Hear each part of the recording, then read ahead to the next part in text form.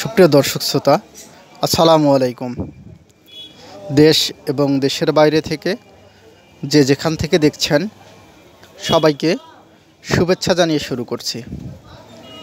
সুপ্রিয় দর্শক শ্রোতা, আজকে যে বিষয়টা আপনাদের সঙ্গে শেয়ার করব সেটা হচ্ছে খাঁচায় দেশি মুরগি পালন পদ্ধতি সম্পর্কে। তো আপনারা অবশ্যই সম্পূর্ণ ভিডিওটা দেখবেন। অল্প সময়ের মধ্যে আপনাদের সব কিছু বোঝানোর চেষ্টা করব। তো অবশ্যই ভিডিওটা দেখবেন এবং উদ্যোক্তা বিডি ইউটিউব চ্যানেলটি সাবস্ক্রাইব করে পাশে থাকবেন। তো সুপ্রিয় দর্শক শ্রোতা, আপনারা ভিডিওতে যে মুরগিগুলো দেখতে পাচ্ছেন এগুলো আমরা খাঁচায় পালন করছি দেশি মুরগি।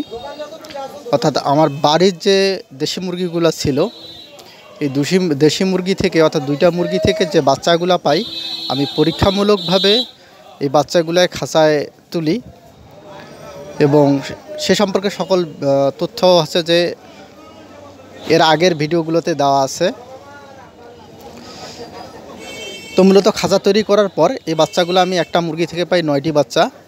এই 9টি বাচ্চা ভিডিওতে আপনারা যে বাচ্চাগুলো দেখতে পাচ্ছেন অর্থাৎ যে মুরগিগুলা, এই মুরগিগুলা ওই 9টি বাচ্চা।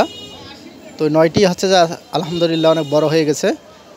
তো যদিও একটু সমস্যার সম্মুখীন হচ্ছি, মুরগিগুলো একটু ঠোকরাঠুকরি করার পরে হচ্ছে যে আপনারা দেখতে পাচ্ছেন তার যে পিঠের যে পাখনাগুলো আছে এগুলো তুলে ফেলছে, অনেকের উঠে গেছে। তো এটাতে কোনো মেজর সমস্যা হয় না। তো মূলত এইভাবে যদি দেশি মুরগি পালন করা যায় আমার মনে হয় যে এখান থেকে সফল হওয়া সম্ভব। যেমন এটার জন্য আমি কি খাদ্য দিচ্ছি এটা নিয়ে যদি একটু বলি, যে এই মুরগিগুলোকে ভুট্টা গুঁড়ো করে দিচ্ছি আমি। ভুট্টা, এরপরে হচ্ছে গম, মুসুরের ডাল, এই খাবারগুলো মূলত হচ্ছে যে মুরগিগুলোকে প্রোভাইড করছি। এর সঙ্গে আবার খুদ আছে, তো খুদও দিচ্ছি সামান্য পরিমাণ। এখানে ভুট্টার পরিমাণটা বেশি থাকে এবং বাকি সব কিছু পরিমাণ মতো অর্থাৎ অল্প কিছু করে দেওয়া হয়, দিয়ে একটা খাবার আমি তৈরি করি, এই খাবারটা দিচ্ছি। এবং আরেকটা কথা এখানে বলি, খুবই গুরুত্বপূর্ণ যে বিষয়টা, আমি কিন্তু এই কয়েকটি মুরগির জন্য আমি কোনো ভ্যাকসিন ব্যবহার করিনি।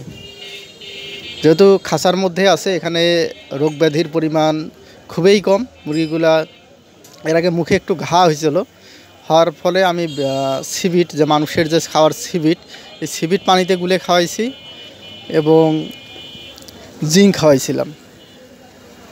আলহামদুলিল্লাহ এতেই হচ্ছে যে মুরগিগুলো সুস্থ, আর কোনো সমস্যার সম্মুখীন আমি হইনি। তো এখান থেকে যদি বেশি পরিমাণে মুরগি হয়ে যায় সেক্ষেত্রে হয়তো সমস্যা হয়ে যেতে পারে, সেক্ষেত্রে ভ্যাকসিন করে নেওয়াটাই উত্তম বলে আমি মনে করছি।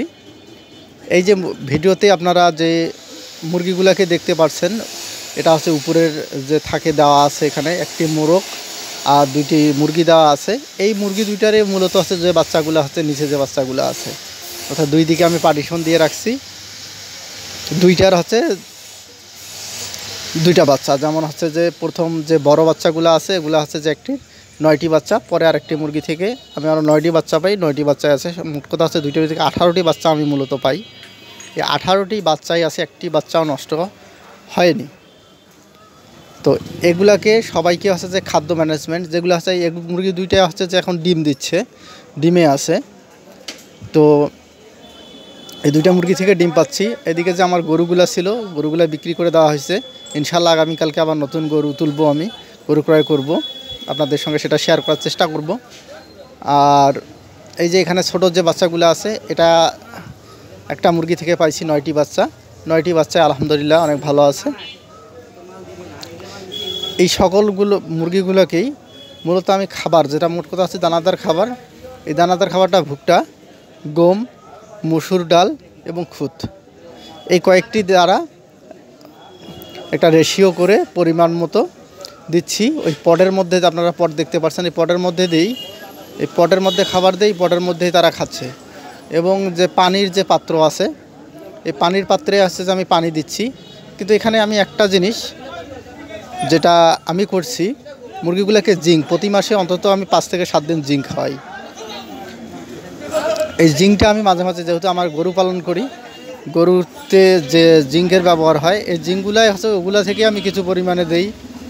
তো ওই জিঙ্কগুলা থেকেই হয়ে যায়। আবার এখানে ভুট্টা, গম, এগুলো হচ্ছে আমি যে গরুকে যেটা খাওয়াই ওটাই খাওয়াই, ওখান থেকে নিয়ে কিছু করে দিই, অর্থাৎ আলাদা করে আমাকে কিনতে হয় না। আলাদা করে যেহেতু কিনতে হয় না, সেহেতু হচ্ছে যে এখানে আমার 1 টাকাও আমি ধরে নিতে পারি আমার কোনো ইনভেস্ট নাই। এই জিরো ইনভেস্টে আমি হচ্ছে যে মুরগিগুলো পেলাম। তো এখান থেকে সেহেতু বলা যায় যে প্রফিট করা সম্ভব। তো সুপ্রিয় দর্শক শ্রোতা, আজ এখানেই শেষ করছি। আপনারা অবশ্যই উদ্যোক্তা বিডি ইউটিউব চ্যানেলের সঙ্গে থাকবেন এবং চ্যানেলটি সাবস্ক্রাইব করে পাশে থাকবেন। অন্য কোনো দিন অন্য কোনো বিষয় নিয়ে আপনাদের সঙ্গে শেয়ার করব, আরও বিস্তারিত